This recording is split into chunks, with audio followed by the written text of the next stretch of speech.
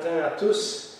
Et en ayant cette parabole de Matthieu 18 que nous avons entendue en introduction, en ayant cette parabole en tête et en ayant les paroles de ce chant en tête, je vous invite à examiner aujourd'hui un sujet qui peut-être va nous sembler difficile, mais que nous avons besoin d'adresser. J'ai appelé ce message « Le pardon et la réconciliation ». Parce qu'il y a deux étapes dans le pardon, et les deux étapes ne sont pas toujours accomplies ou ne sont pas toujours enseignées, et c'est important qu'on regarde à ce que la Bible nous dit sur ce sujet. Jusqu'à présent, nous avons regardé dans le message numéro 1 ce que Dieu a fait pour nous, c'est-à-dire comment Dieu nous traite, et que ça, c'est la raison, comme dans la parabole, le maître dit « Moi, j'ai eu compassion de toi, tu aurais dû avoir compassion de l'autre. » Et ça, c'est la façon dont Dieu nous traite. Dieu nous demande en retour de traiter les autres de la même façon dans la question de pardonner. Dans le deuxième message, nous avons parlé de la question de la vengeance, parce qu'évidemment, lorsque quelqu'un nous blesse, surtout les plus grandes blessures. Certains d'entre nous ont été blessés par la vie, ont été blessés par des personnes. Ces plus grandes blessures peuvent nous pousser sur le chemin de vouloir nous faire justice nous-mêmes ou de vouloir nous revenger. Et nous avons étudié comment, à l'exemple de David et d'autres personnes, de laisser la vengeance entre les mains de Dieu, de confier nos émotions qui ont été blessées à Dieu et de laisser Dieu s'occuper de la personne qui nous a blessés. Et nous abordons aujourd'hui une autre question que j'ai trouvée pas facile, qui est la question du pardon et de la réconciliation. Et la première question que je me suis posée, c'est est-ce que l'autre doit me demander pardon? Puisque nous sommes rendus au point où nous savons que c'est la volonté de Dieu que nous pardonnions aux autres. Alors la question logique qui se pose, c'est est-ce que l'autre doit toujours me demander pardon? Eh bien, avant de parler de réconciliation, qui est la deuxième étape de ce message, j'aimerais d'abord répondre à cette question. Après bien des recherches, ce que j'ai trouvé dans la Bible, c'est que Jésus nous demande de pardonner tout le temps, de pardonner volontairement, de pardonner gracieusement et de pardonner sans condition. Il n'y a pas un verset qui nous donne une alternative du genre « ben, si tu ne pardonnes pas, tu peux toujours agir de telle ou telle façon. » Il n'y a pas de verset dans la Bible qui nous donne le choix d'une autre attitude. Il n'y a pas une phrase qui dit « tu dois pardonner sauf si ». Il n'y a pas ça dans la Bible. Cela signifie donc que l'on demande pardon, que l'on donne notre pardon, parfois, même lorsque l'autre personne ne nous a pas demandé pardon. Je vous explique. La chanson du début nous dit nous vivons à cause du sacrifice de Jésus.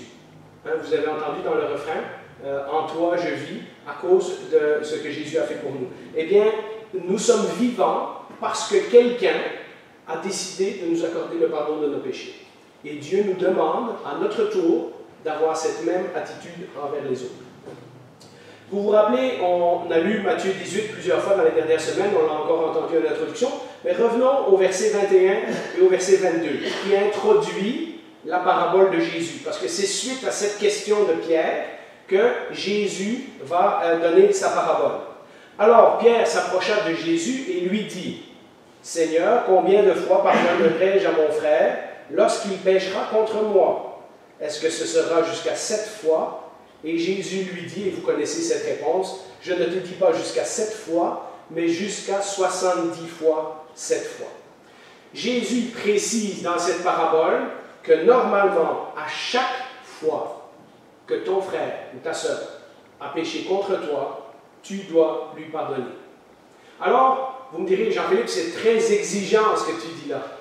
Et c'est vrai que c'est déjà parfois difficile à pardonner à cause de tout ce que nous avons dit dans les deux précédents messages, notamment à cause de nos émotions, à cause de notre désir de justice, à cause de parfois notre désir de vengeance ou notre désir de de repayer la personne ou le sentiment d'injustice. Ce n'est pas juste que la personne s'en sauve après qu'elle m'ait fait autant de mal.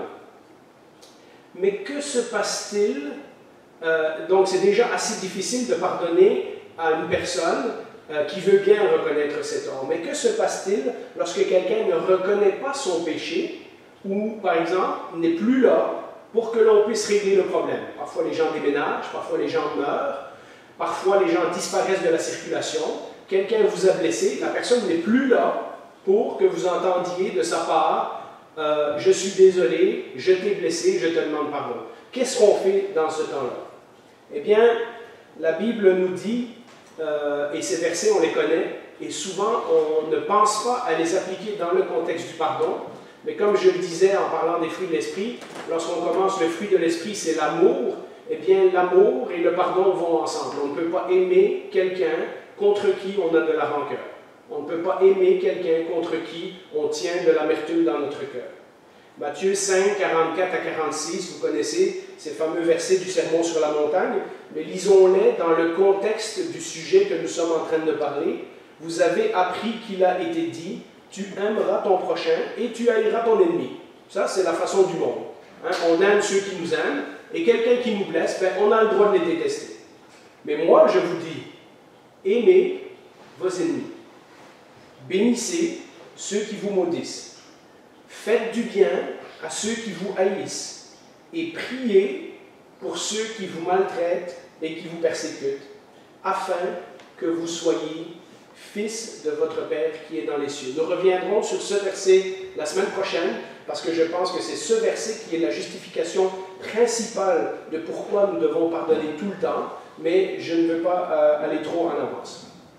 Jésus nous dit, dans ce verset, et dans d'autres que vous connaissez, Jésus nous dit d'agir envers les autres avec grâce, même quand les gens sont nos ennemis. Dans la question du pardon, par exemple, lorsque quelqu'un nous blesse, eh bien, il y a une adversité qui se crée. Tout à coup, cette personne-là, c'est plus notre meilleure amie, parce qu'elle nous a blessés, elle a fait quelque chose contre nous, et donc il y a une inimitié qui se crée entre deux personnes lorsque nous avons été blessés, à cause de la blessure. Dans un sens, donc, nous considérons que l'autre est comme un ennemi, si on peut le mettre entre guillemets, parce qu'il nous a fait du mal. Les ennemis, dans cette définition-là de Jésus, peuvent être non seulement des gens qui ne nous demandent pas pardon, ou qui n'ont pas l'intention de nous demander pardon, parce que certaines personnes nous font du mal et ils se sentent tout à fait justifiés de le faire, mais parfois même des gens qui nous font consciemment du mal. Ça vous est peut-être déjà arrivé. Quand un voisin vous déteste pour aucune raison, quand un collègue de travail vous met des bâtons dans les roues sans arrêt, quand un frère ou une sœur à l'église parle dans votre dos en se justifiant que ben, tu sais que son caractère c'est comme ça, etc., etc. Il y a des gens, dans les cours d'école, ça arrive, on apprend ça depuis qu'on est tout petit, il y a des gens qui nous détestent pour aucune raison. On ne sait pas ce qu'on leur a fait, ils nous ont pris comme victimes et ils vont nous rendre la vie difficile. Eh bien, dans des cas comme ça, il y a des gens qui ne demandent pas pardon, il y a des gens qui ne sont pas conscients qu'ils nous ont blessés, il y a des gens qui ne veulent pas nous demander pardon, et il y a des gens qui nous font même consciemment du mal. Il y a des gens dans le monde qui sont des méchantes personnes, qui sont, parce que la société retient certaines personnes, tout le monde ne fait pas tout le mal dont il serait capable. Mais certaines personnes n'ont pas ces barrières-là et font du mal aux autres, même parfois consciemment. Vous avez peut-être déjà eu des gens comme ça dans votre entourage. La Bible nous dit que même lorsque l'autre personne agit comme notre ennemi, Jésus nous demande d'aimer nos ennemis. Et la seule façon de le faire, c'est en commençant par ce que 1 Pierre 4,8 nous dit. Je ne l'ai pas affiché au tableau, mais vous connaissez ce verset. L'amour couvre une multitude de fautes. Il y a un moment dans la vie où nous devons passer par-dessus certaines choses, où nous devons couvrir ces fautes-là par amour, nous devons agir comme Jésus nous demande, même si l'autre personne fait tout le contraire. Notre responsabilité principale, et c'est toujours comme ça dans la Bible, est d'agir comme Dieu agit et continue d'agir envers nous. Et on n'agit pas en fonction des actions de l'autre personne. Dieu continue à nous pardonner chaque jour des fautes que nous ignorons. Oui, il y a un temps pour confesser nos péchés, comme 1 Jean 1,9 nous le dit, et où Dieu va nous pardonner, mais il y a bien des choses que nous faisons inconsciemment et pour lesquelles Christ a quand même déjà payé sur la croix pour nous. Regardez ce que David avait compris dans le psaume 19, au verset 12. J'ai marqué 12 et 13 parce que dans l'ancienne numérotation, comme la Louis II, ou si vous lisez en anglais la vieille King James, le verset 1 est toujours compris avec n'est pas compris dans le titre. Alors que dans les nouvelles versions, si vous lisez la Semeur ou la Seconde 21 ou d'autres Bibles, ça va être un verset plus loin parce que le premier verset, le titre est compté comme un verset. Donc dans certaines Bibles, ça sera verset 12, dans d'autres, ça sera verset 13. Qui connaît ses égarements, pardonne-moi ceux que j'ignore. Donc David est très conscient qu'il y a des choses qui ne se rappellent même pas. C'est d'ailleurs pour ça que Jésus nous demande de prier tous les jours pour notre pain quotidien, mais aussi pour pardonner aux autres comme lui nous pardonne nos offenses, puisque Dieu agit comme ça entre nous. Plus encore, dans les enseignements sur les conflits qu'on a vus dans les derniers mois, nous avons vu que Jésus nous invite à faire le premier pas lorsqu'il s'agit d'un frère ou une sœur, lorsqu'il s'agit d'un autre croyant. Mais en fait, plus je fouillais dans la Bible, plus je me suis rendu compte que nous sommes toujours ordonnés de faire le premier pas. Que ce soit de notre faute ou pas, que ce soit de la faute de l'autre, que ce soit un croyant ou pas, la Bible nous dit toujours ce que nous devons faire avant ce que l'autre doit faire. Dans Matthieu 5, 23, vous connaissez ce verset, on le lit souvent, et parfois on ne réalise pas l'intensité, la difficulté de mettre un verset comme ça en pratique. Si donc tu présentes ton offrande à l'autel, et on se remet dans le contexte, hein, Jésus est en Israël et il parle des gens qui vont aller au temple offrir leur autel. Donc c'est quelqu'un qui veut faire un acte qui est agréable à Dieu, un acte d'adoration.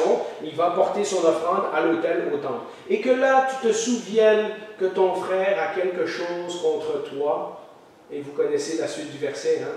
Laisse ton offrande, va te réconcilier, et ensuite reviens porter ton offrande. Ce qui veut dire en d'autres mots que même notre adoration de Dieu passe en deuxième par rapport à notre réconciliation avec notre frère et sœur. Et donc c'est un verset qui nous donne vraiment matière à réflexion. Alors cela nous amène, et ces deux questions sont liées, c'est pour ça que je voulais les mettre ensemble, le pardon et la réconciliation. Pardonner, c'est une chose, se réconcilier, c'est autre chose. Regardons ce que Matthieu 18, 15 nous dit. C'est aussi un verset que vous connaissez, on l'a lu dans les semaines précédentes, on l'a vu dans la série sur les conflits, mais lisons-le de nouveau. Si ton frère a péché contre toi, va et reprends-le lui seul. S'il t'écoute, tu as gagné ton frère. Donc ce verset nous dit que la première chose que nous devrions faire en cas de blessure, notamment dans l'Église, parmi les frères et sœurs, c'est d'essayer d'aller voir l'autre personne et de nous réconcilier avec. En d'autres mots, le cycle complet du pardon dans la Bible inclut la restauration ou la réconciliation avec l'autre personne.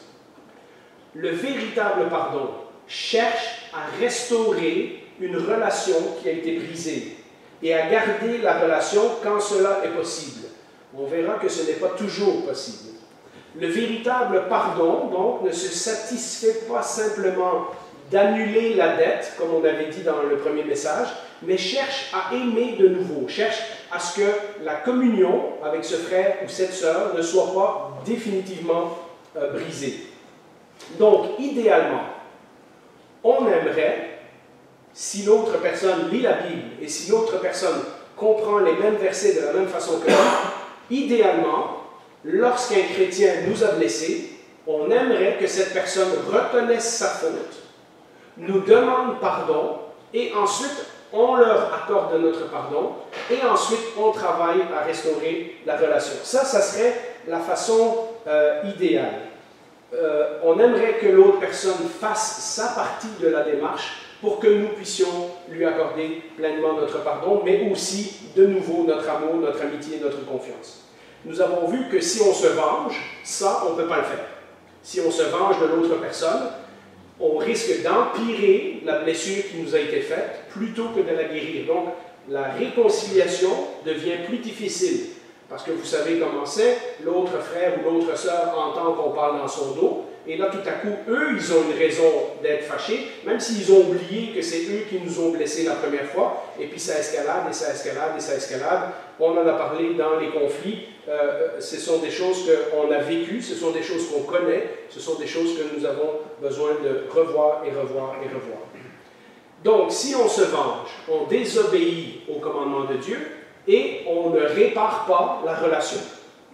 Mais si on ignore et qu'on fait semblant que l'autre personne ne nous a pas blessés, et ça nous l'avons vu également dans les conflits, ça c'est ce qu'on appelle la fuite, ça ce sont lorsque les gens ne veulent pas affronter les problèmes, lorsqu'on fait semblant que tel frère ou telle sœur nous a blessés, et qu'on fait semblant qu'il n'y a rien eu, mais qu'on ne leur parle plus jamais, hein, nous on s'assied là et eux ils s'assiedent là, et on ne se parle plus jamais, on désobéit aussi au commandement de Dieu parce qu'on ne restaure pas la relation.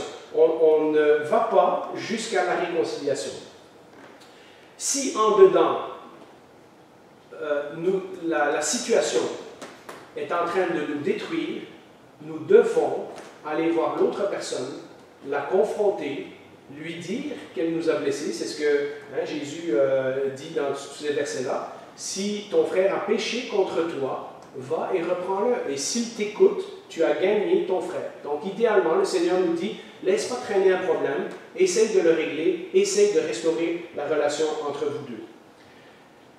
Nous devrions donc aller voir la personne, même si l'autre ne fait pas le premier pas.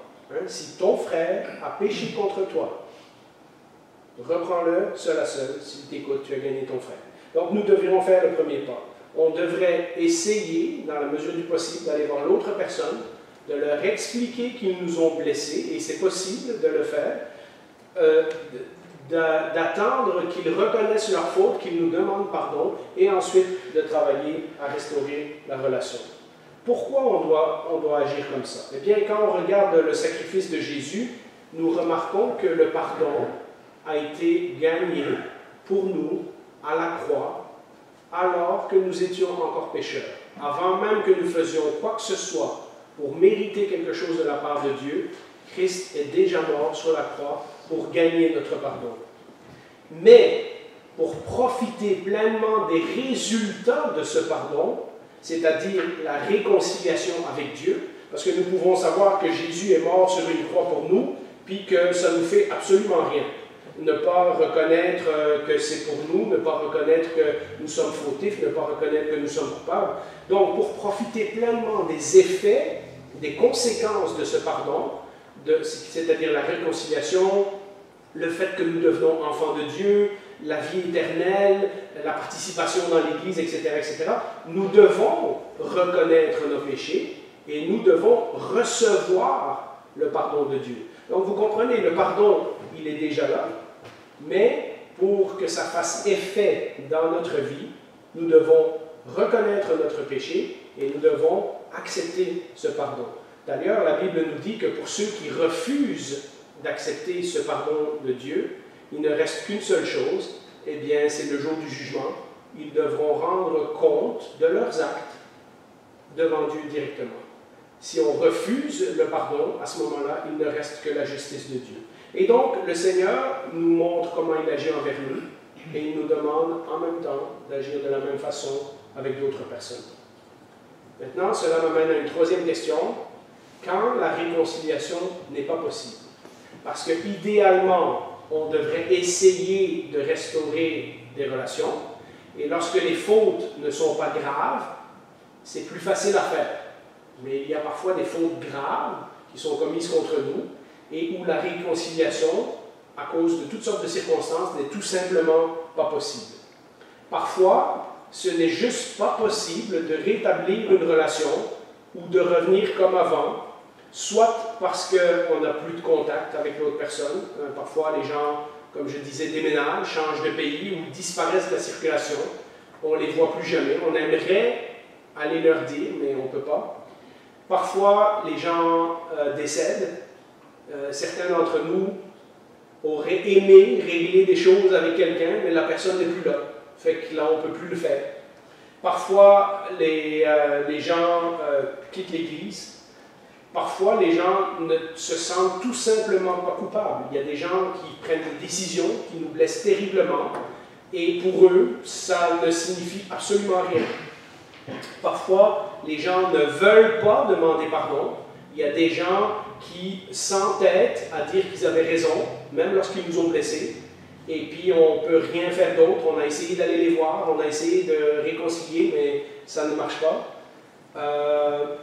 Parfois, les gens ne sont pas chrétiens, donc ils ne comprennent même pas c'est quoi la notion du pardon. Je ne sais pas si vous avez écouté un peu les nouvelles de ce temps-ci avec les villages, les enfants autochtones enterrés qu'on retrouve, là, les centaines et centaines d'enfants morts.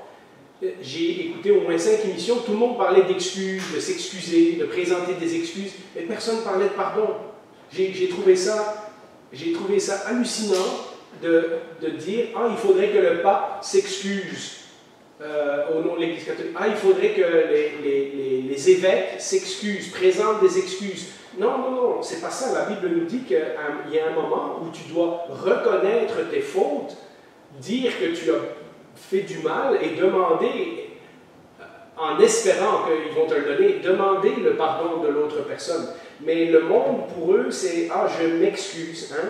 Je te présente mes excuses. » Donc, ils prennent toute l'initiative, ils mettent tous les billes de leur bord, et la lourde charge de pardonner, ils la mettent dans la cour du voisin, au lieu de demander pardon eux-mêmes. Parfois, il y a des gens qui ne vont simplement pas demander pardon, parce que pour un non-chrétien, il ne sait pas ce que ça signifie. En tout cas, il n'a pas la définition biblique que nous avons du pardon. Parfois, la réconciliation n'est plus possible. Par exemple, lorsque des gens divorcent et puis les personnes se remarient avec d'autres, ben, même si on veut pardonner, ben, la réconciliation, c'est-à-dire la relation, ne peut plus jamais revenir comme avant. Il y a un nombre de situations où parfois la réconciliation n'est même pas désirable. La réconciliation dans le sens de revenir comme avant. Quand une femme est battue, elle ne peut pas, même si elle pardonne à son mari, elle ne peut pas constamment revenir habiter dans la même maison et continuer à se faire battre. Il y a des fois où, dans les cas de viol, dans les cas de génocide, etc., on peut bibliquement dire devant Dieu qu'on a pardonné à la personne, mais on ne peut plus rétablir la relation, parce qu'il y a des meurtres, il y a des choses graves qui ont été commises, etc. On ne peut juste pas redevenir amis avec ces gens-là. Parfois, il y a des situations où la réconciliation de cette façon-là n'est juste pas possible. Ça ne signifie pas que lorsqu'on accorde notre pardon, lorsqu'on a été victime d'un crime grave comme ça, que la personne est épargnée des conséquences légales, on l'a vu dans le premier et dans le deuxième message, et ça ne veut pas dire non plus que la personne n'est pas épargnée des conséquences de son choix. Parfois, quand la relation est brisée, puis ça ne sera plus jamais comme avant. Il y a parfois, on ne peut juste pas regagner la confiance d'une personne, parce qu'on a été trop loin, et cette personne ne nous accordera plus jamais sa confiance, et parfois même c'est pour notre propre sécurité. Hein, si on pardonnait et puis on retourne avec le mari qui nous bat, eh bien on se remet en danger à chaque fois. Donc il y a un temps pour ces choses-là où nous pouvons dire devant Dieu, je lui pardonne, c'est-à-dire j'accepte de ne plus lui en vouloir, de ne pas avoir de la haine, de la violence, de la rancune, de la vengeance envers cette personne, mais la réconciliation ne sera pas possible. Cette personne va aller en prison, cette personne va payer pour ses crimes, cette personne va vivre avec les conséquences de son choix, mais ça, nous ne sommes pas responsables des conséquences. Nous sommes responsables que notre cœur ne garde pas de haine contre la personne lorsque nous nous mettons devant Dieu. De nouveau, dans tous ces cas que je viens de mentionner, notre attitude est claire. 1 Pierre 3,9 nous dit « Ne rendez pas le mal pour le mal, ou injure pour injure. Bénissez au contraire, car c'est à cela que vous avez été appelés afin d'hériter la bénédiction. » Donc vous voyez, la parole de Dieu nous dit que même dans les cas difficiles, notre amour, c'est-à-dire un amour divin, pas un amour humain, l'amour que Dieu nous donne doit passer par-dessus la faute qui nous a été faite. Ne rendez pas le mal pour le mal. La Bible nous demande d'être fidèles dans ce que nous pouvons faire. Pas de nous attendre à quelque chose de l'autre personne. En d'autres mots, et ça c'est peut-être le résumé de toute cette pensée-là, il ne faut pas que le mal qu'une autre personne a fait contre nous nous pousse à notre tour à répondre par le mal. Comme nous l'avons déjà soulevé, et généralement, cela nous fera d'abord plus de tort à nous qu'à l'autre personne, parce que parfois, quand nous continuons à avoir de la rancune contre quelqu'un et que l'autre ne se rend même pas compte qu'il nous a blessés, c'est nous qui souffrons plus que l'autre personne. Mais en plus, lorsque nous ne pardonnons pas, nous désobéissons au commandement clair que Christ nous a donné. Mais ce que la Bible nous dit, c'est que nous ne sommes pas responsables des actions de l'autre personne, mais nous sommes responsables de nos actions. Nous sommes responsables devant Dieu de notre propre attitude. Et encore plus, lorsque la Bible nous révèle clairement quelle doit être notre réponse.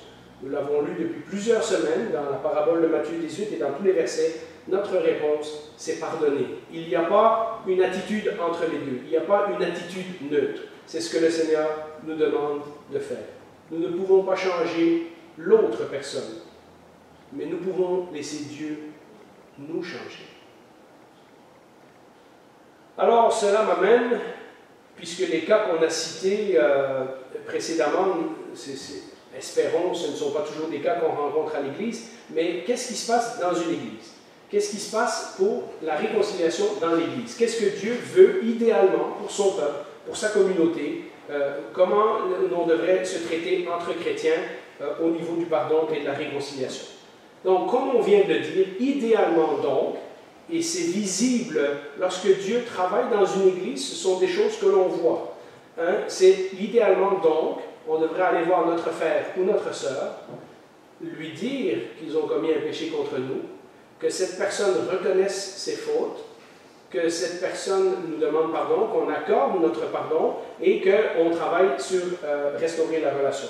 Le but ultime pour l'Église du Seigneur, c'est que les chrétiens soient réconciliés les uns avec les autres, comme Dieu l'a fait pour nous.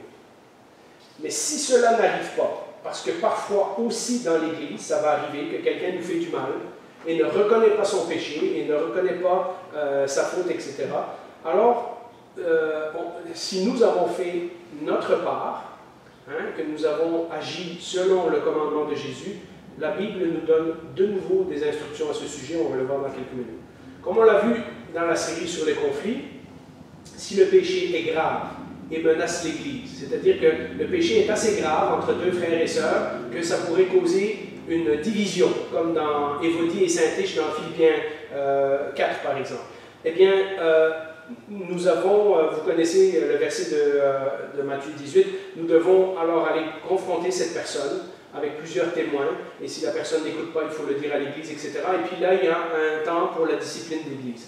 Regardons Matthieu 18, versets 16 et 17, et c'est la suite du verset de tantôt, mais s'il ne t'écoute pas, donc si ton frère a péché contre toi, tu vas le voir, mais il ne t'écoute pas, prends avec toi une ou deux personnes, afin que toute l'affaire se règle sur la déclaration de 2 ou 3 témoins. S'il refuse de t'écouter, dis-le à l'Église ou à l'Assemblée, et s'il refuse aussi d'écouter l'Église, qu'il soit pour toi comme un païen et un publicain. Il y a parfois, lorsqu'il y a un conflit entre deux frères et sœurs dans une Église, qui divise l'Église, et lorsqu'on a été confronté les personnes et que les personnes ne veulent pas se demander pardon et se réconcilier, il y a parfois une discipline biblique à avoir. Mais ça, c'est un sujet un peu à part, mais la Bible nous dit quand même clairement qu'entre chrétiens, laisser traîner les péchés indéfiniment, ce n'est pas une option. Faire semblant que rien ne s'est passé, ce n'est pas une option. Se venger, ce n'est pas une option. Il nous reste une option, le pardon et la réconciliation. Mais qu'est-ce qui se passe, par exemple, pour les fautes moins graves? Et c'est souvent à ça que nous sommes confrontés. Si vous êtes marié, vous savez que les conjoints se disent ou se font des choses régulièrement et il faut se pardonner. Si vous avez des enfants ou si vous avez été un enfant, vous savez qu'en tant que parent, c'est des milliers et des milliers et des milliers de choses que vous pardonnez à vos enfants. On ne peut pas, pour chaque affaire, l'amour couvre une multitude de fautes, pour chaque affaire, il y a des choses, comme on l'a vu dans les leçons sur le conflit, il y a des choses qu'on décide que ce n'est pas assez grave et on passe par-dessus. On pardonne et on recommence, la relation avec les enfants est restaurée. Et ça, pour ceux qui sont parents, ils le savent, là, c'est des centaines de fois par semaine. Hein? Et donc, pour les fautes moins graves, celles qu'on vit tous les jours. Et parfois, ça arrive aussi dans l'Église, lorsque des frères et sœurs sont ensemble très souvent. Ce n'est pas trop notre cas de ce temps-ci à cause du virus, mais lorsqu'on se voit 5-6 fois par semaine, ça arrive des fois qu'on se tape sur les nerfs, ça arrive des fois qu'on dit la mauvaise chose, ça arrive des fois que quelqu'un nous a blessés sans s'en rendre compte, etc. Ça arrive aussi dans la famille de Dieu, pas juste dans les familles du monde. On doit choisir est-ce que ça vaut la peine de passer par-dessus ou non, et ensuite décider si on va aller parler à son frère ou à sa sœur. Mais il y a une place dans la vie chrétienne, dans la vie de famille, dans la vie de couple, où on doit juste passer par-dessus, où on doit juste, comme nous dit Colossiens 3,13, se supporter les uns les autres. Comment on fait? C'est ce verset, Colossiens 3,13, supportez-vous les uns les autres. Et si l'un a sujet de se plaindre de l'autre, pardonnez-vous réciproquement. De même que Christ vous a pardonné, pardonnez-vous aussi. Donc vous voyez toujours cette exigence d'agir comme Christ a agi envers nous. Parfois, on va vivre, comme je le disais, dans la même église avec des gens qui ne reconnaissent pas leurs fautes. Ou parfois, on ne peut juste pas passer son temps à aller dire à tout le monde « Ah, j'ai pas aimé ce que tu as dit, j'ai pas aimé ce que tu as pensé, j'ai pas aimé ce que tu as fait, etc. » Il y a parfois des choses qu'il faut simplement se supporter les uns les autres et passer par-dessus. Comme je l'ai dit, ce n'est pas le cas lorsque c'est une chose grave qui va diviser l'Église ou qui va casser notre relation avec l'autre personne, mais il y a un tas de choses que les autres chrétiens ne vont pas faire exprès et ils vont nous blesser et puis on passe par-dessus, on se supporte, on se pardonne comme Christ nous a pardonné. Est-ce que ça sera facile? Non. C'est pour ça que Colossiens parle de supporter. Supportez-vous les uns les autres. Hein? Et comment on se supporte? Eh bien, vous connaissez ce verset, 1 Corinthiens 13, verset 7. L'amour, de nouveau l'amour. L'amour pardonne tout, il croit tout, il espère tout, il supporte tout. Alors, ceci m'amène à la conclusion. En regardant le pardon, en regardant les gens qui ne nous demandent pas pardon, en regardant les exigences de Jésus sur la réconciliation, en regardant le fait qu'il y a parfois des réconciliations qui ne sont pas possibles ou pas désirables, en regardant le fait qu'il y a un nombre de gens qui ne reconnaîtront pas leurs fautes, il y a donc, dans la vie chrétienne, une place où on doit aimer ceux qui nous ont fait du tort, où on doit pardonner à ceux qui nous ont blessés, où on doit prier pour ceux qui nous persécutent, où on doit bénir ceux qui nous maudissent. Il y a donc une place dans la vie chrétienne, ce n'est pas toujours le cas, on ne doit pas toujours tout supporter, mais il y a une place dans la vie chrétienne où on doit persévérer dans les commandements de Dieu, où on doit endurer quelqu'un qui nous a fait du mal, parfois quelqu'un de l'Église, mais souvent ça arrive dans le monde, quelqu'un du monde, mais que par la grâce de Dieu, c'est-à-dire par amour, nous choisissons de supporter cette situation ou cette personne jusqu'à ce que Dieu règle le problème. Cela, ça veut dire peut-être que Dieu va régler le problème ici-bas. Si un jour la personne reconnaît qu'elle nous a fait du tort et nous aborde et nous demande pardon, nous devrions être prêts à lui accorder notre pardon immédiatement.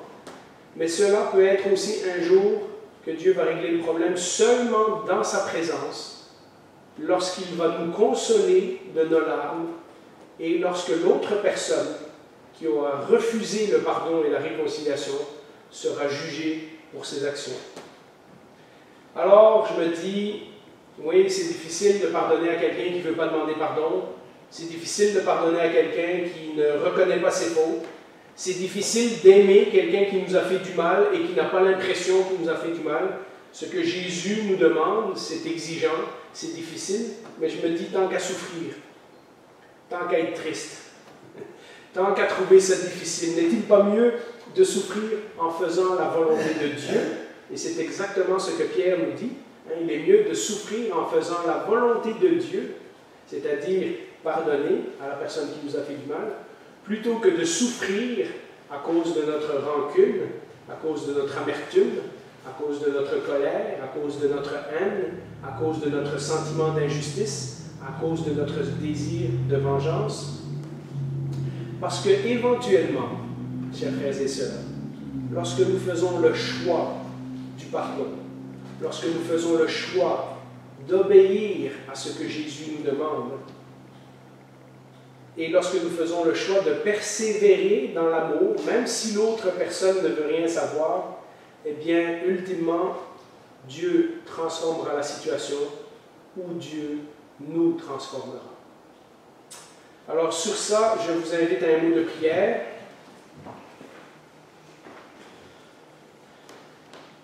Bien, Seigneur, sur le sujet du pardon, tout dans notre ancienne nature se révolte. Tout dans notre ancienne nature nous dit que ce n'est pas juste, que ce n'est pas comme ça que ça devrait se passer. Tout dans notre ancienne nature résiste contre le commandement que tu nous donnes. Mais en même temps, lorsque nous sommes confrontés à ta parole, lorsque nous sommes confrontés à l'Esprit en dedans de nous, lorsque nous regardons et nous écoutons notre nouvelle nature, nous savons que tu nous demandes d'être comme toi. Nous savons que le pardon est une nécessité, nous savons que le pardon est une obligation pour nous, pour l'autre, pour l'union dans l'Église, mais surtout pour t'honorer. Surtout parce que nous voulons être tes enfants et nous voulons traiter les autres comme toi tu nous as traités. Alors Seigneur, dans ces questions difficiles et dans les prochains dimanches encore où nous regarderons d'autres aspects de ce sujet, continue à nous guider par ta parole. Continue à convaincre nos cœurs. Continue à nous donner ton instruction, mais également ta correction lorsque nous en avons besoin. Continue à travailler dans nos vies pour que nous soyons conscients du pardon que nous refusons peut-être à quelqu'un ou des étapes que nous n'avons pas prises pour réconcilier la situation avec un frère ou une sœur. Nous te confions également les personnes qui nous ont blessés et qui jamais ne reconnaîtront le mal qu'ils nous ont fait. Nous ne voulons pas vivre avec le fardeau de porter la violence, la rancune, la haine et la vengeance dans notre cœur contre ces personnes, parce que cela nous empêche de vivre notre vie chrétienne et de t'honorer. Alors ces gens, Seigneur, nous te les remettons entre tes mains. Nous te demandons que toi, tu t'en occupes. Nous te demandons que si dans ta grâce tu le désires, tu puisses un jour nous réconcilier avec ces personnes, mais nous confions nos vies et nos cœurs en disant que nous, pour notre part, nous voulons t'obéir et faire la chose que tu nous demandes.